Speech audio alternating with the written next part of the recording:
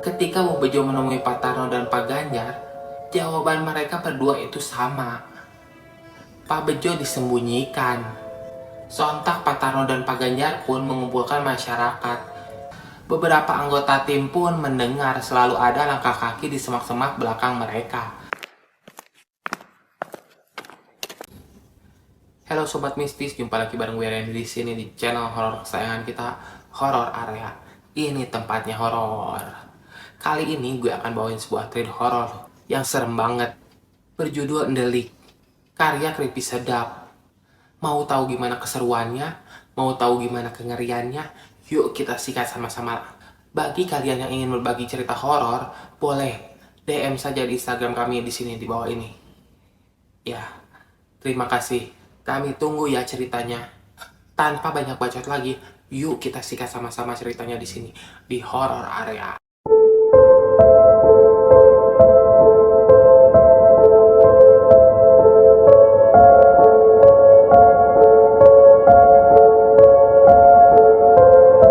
Kali ini aku akan berbagi cerita yang pernah menggemparkan masyarakat desaku dan sampai saat ini masih sering diperbincangkan. Endelik namanya. Kejadian ini berlangsung sekitar tahun 2010 lalu. Nama tokoh dan latar belakang disamarkan agar tidak memicu konflik.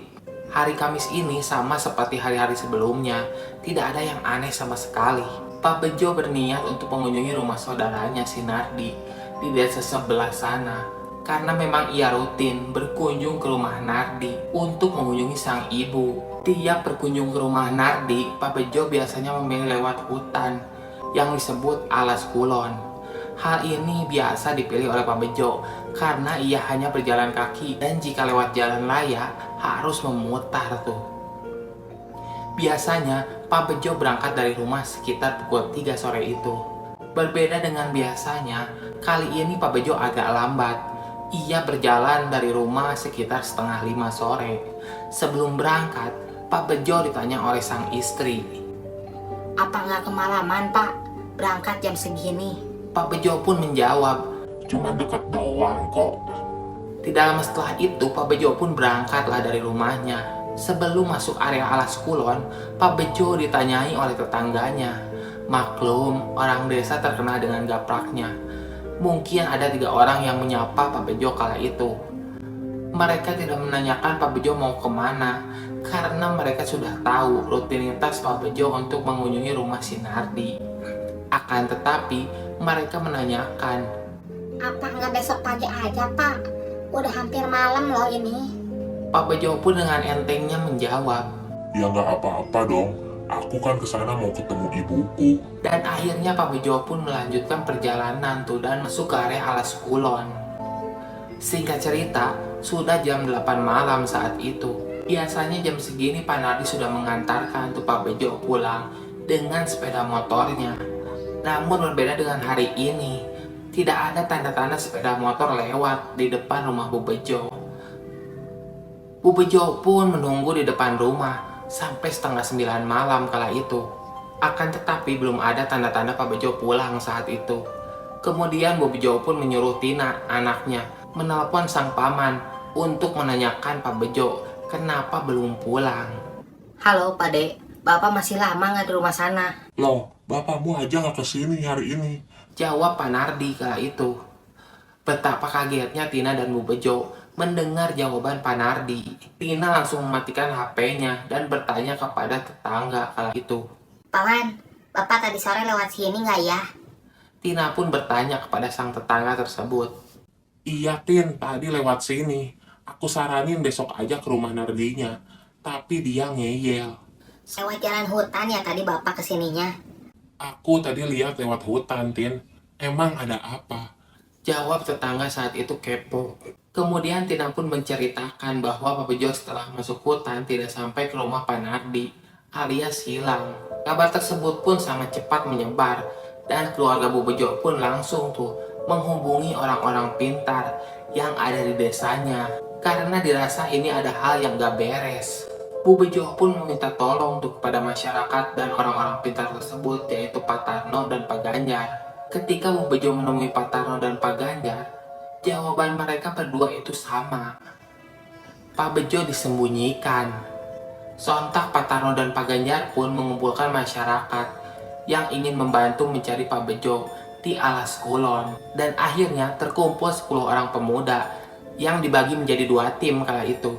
Tim pertama dipimpin oleh Pak Tarno dan tim kedua dipimpin oleh Pak Ganjar. Kedua tim tersebut langsung masuk Alas Kulon tuh untuk mencari Pak Bejo. Satu tim mengarah ke utara dan sisanya ke selatan. Pencarian dilakukan dengan membawa tampah dan linggis. Setiap langkah dari mereka selalu membunyikan tampah dan linggis tersebut. Black, black, ting, black, black, ting. Tampah dan linggis selalu berkumandang disertai nyanyian tersebut yang disinyalir adalah mantra untuk membuat wewe gombel mengeluarkan orang yang ia sembunyikan. Singkat cerita, waktu menunjukkan pukul 11 malam. Akan tetapi, belum ada tanda-tanda Pak Bejo untuk ketemu.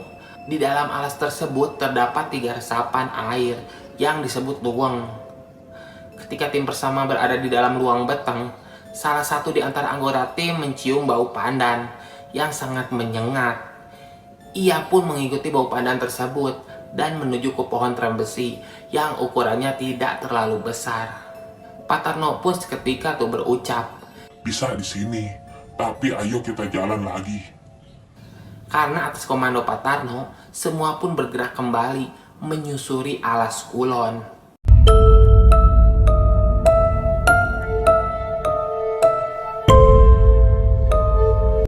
Banyak hal yang terjadi di malam itu ketika di dalam alas. Beberapa anggota tim pun mendengar selalu ada langkah kaki di semak-semak belakang mereka.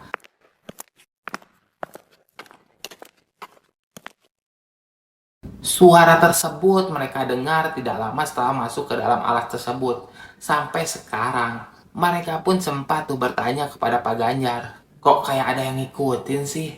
Pak Ganjar pun menjawab, Hiraukan saja, dan jangan menghadap ke belakang. karena saking penasarannya dengan apa yang terjadi mengikuti mereka, Andi pun melirik tuh ke belakang.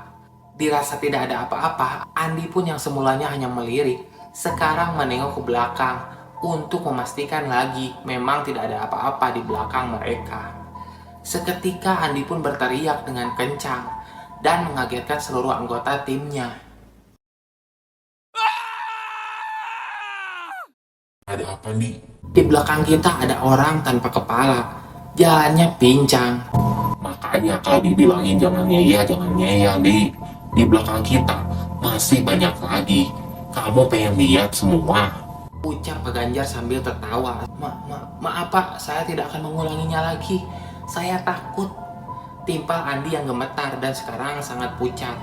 Setelah itu, mereka pun melanjutkan perjalanan kembali. Beberapa ratus meter berjalan, Ilham pun mendengar ada yang berbisik di samping kanan telinganya.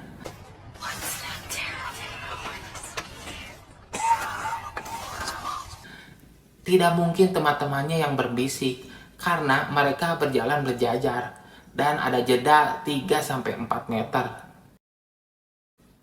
Bisikan itu pun semakin jelas tuh. Bulu kuduk Ilham pun seketika langsung tuh berdiri dan ia pun langsung bertanya kepada Pak Ganjar. Sebelum Ilham bertanya, ternyata Pak Ganjar pun sudah mengetahui apa yang sedang terjadi kala itu. Itu memberitahu di mana ia disembunyikan. Tidak semua hal yang gaib itu jahat. Oh iya Pak, tapi ruang mana ya yang dimaksud? Ya makanya, ayo dicari. Jangan berhenti membunyikan black black thing ya. Anggota yang lain pun kebingungan apa yang dimaksud oleh Pak Ganjar dan Ilham tersebut. Kemudian Ilham pun bercerita bahwa ia barusan mendengar bisikan di mana Pak Bejo disembunyikan.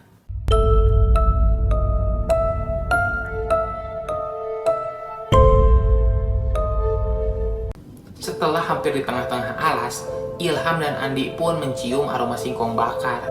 Yang tidak lain dan tidak bukan adalah tanda-tanda hadirnya genderuwo. Pak Ganjar pun langsung tuh menenangkan seluruh anggota timnya. Dah, gak apa-apa, namanya juga bertamu, pasti disambut. Tidak ada yang tidak merinding di malam itu. Tapi Tapi Pak Ganjar dan Pak Tarno berusaha menenangkan masing-masing anggotanya. Pukul 12:30, tim 1 dan tim 2 pun bertemu di tengah-tengah alas kulon dan melanjutkan perjalanannya. Sekarang tim 1 menuju ke selatan dan sisanya menuju ke utara. Singkat cerita, tim 2 pun sampai tuh di Luwung Beteng. Luwung di mana tim 1 mencium bau pandan tadi. Pada saat itu, Ilham sempat berpikir, apa yang dimaksud bisikan tadi adalah Luwung Beteng ini ya? Saat berada di luang tersebut, hawa mencekam pun kembali datang. Kabut mulai turun tuh, padahal baru jam 1 dini hari.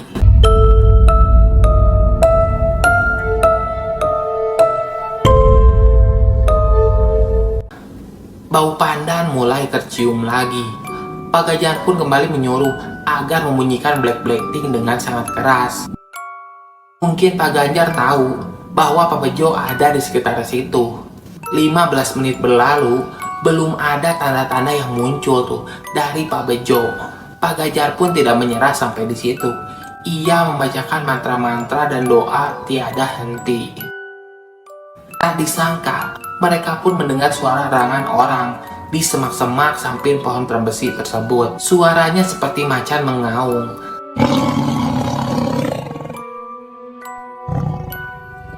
Seketika mereka pun langsung menghampiri suara tersebut.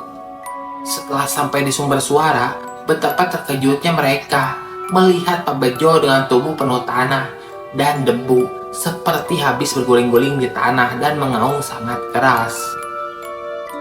Pak Ganjar pun langsung tuh mendekapnya dan membacakan ayat-ayat Quran hingga Pak Bejo pun tak sadarkan diri. Setelah sadar, Pak Bejo pun seperti orang linglung dan pandangannya kosong. Pak Bejo pun dibawa pulang tuh ke rumahnya dan pencarian hari itu pun dinyatakan selesai setengah 2 dini hari.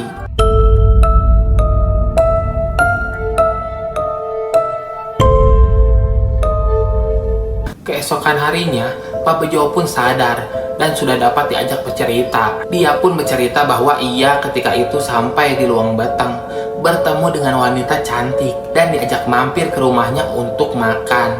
Betapa terkejutnya Pak Bejo dibawa masuk ke rumah wanita itu. Rumahnya sangat besar, kuno tapi sangat terawat. Pak Bejo pun dipersilakan duduk di meja makan yang sudah tertata makanan dengan berbagai menu yang lezat. Dari semua masakan tersebut, sangat enak, tutur Pak Bejo. Setelah makan, wanita itu pun berucap tuh, Tinggallah di sini. Pak Bejo pun menolak. Tidak, aku mau pulang saja. Pilih tinggal di sini atau mati. Ucap wanita itu. Pak Bejo pun terus menolak sampai wanita cantik tersebut berubah wujud menjadi wanita dengan wajah hancur dan bau hanyir. Pakaian wanita itu pun serba putih dan penuh dengan tanah. Pak Bejo pun ketakutan sampai-sampai ia tak sadarkan diri, dan begitu sadar, ia sudah sampai itu di rumahnya. Siang menuju waktu asar, warga desa dikagetkan dengan kabar Pak Bejo yang muntah tanah dan daun jati. Tidak hanya sekali, tapi sampai 3 kali. Pak Bejo memuntahkan tanah dan daun jati di hari itu. Konon katanya, Wewe Gombel memang memberikan makan orang tersebut yang ia sembunyikan dengan tanah, tahi, dan sebagainya agar orang tersebut menjadi bisu dan tidak bisa menceritakan apa yang terjadi kepada mereka. Tiap harinya perut Pak Bejo pun semakin membesar tuh. Pak Ganjar dan Pak Tarno pun menyarankan untuk membawa Pak Bejo kembali ke Luwung Beteng. Namun ketika Pak Bejo akan dibawa ke Luwung Beteng, ia muntah kembali. Yang ia keluarkan bukan hanya tanah dan daun jati seperti hari-hari sebelumnya, melainkan dan nanah. Pak Bejo pun mengerang hebat karena kesakitan dan akhirnya meninggal dunia saat itu. Innalillahi wa inna ilaihi roji'un. 3 hari berselang, Pak Tarno dan Pak Ganjar pun sama-sama tuh ke rumah Bu Bejo. Selain mengaturkan bela sungkawa, mereka juga membicarakan apa yang sebenarnya terjadi kala itu. Pada malam itu, Pak Tarno sebenarnya sudah tahu jika Pak Bejo disembunyikan di dekat Luwung Beteng karena ia sempat berkomunikasi dengan si Wewe Gombel tersebut. Pak Tarno mengutarakan bahwa si Wewe Gombel memang sudah lama mengincar Pak Bejo karena ia sangat sering lewat area kekuasaannya. Hari itu adalah momentum yang sangat tepat bagi sang wewe gombel karena bertepatan dengan malam Jumat Kliwon. Dan Pak Bejo pun melewati luang tersebut sekitaran maghrib.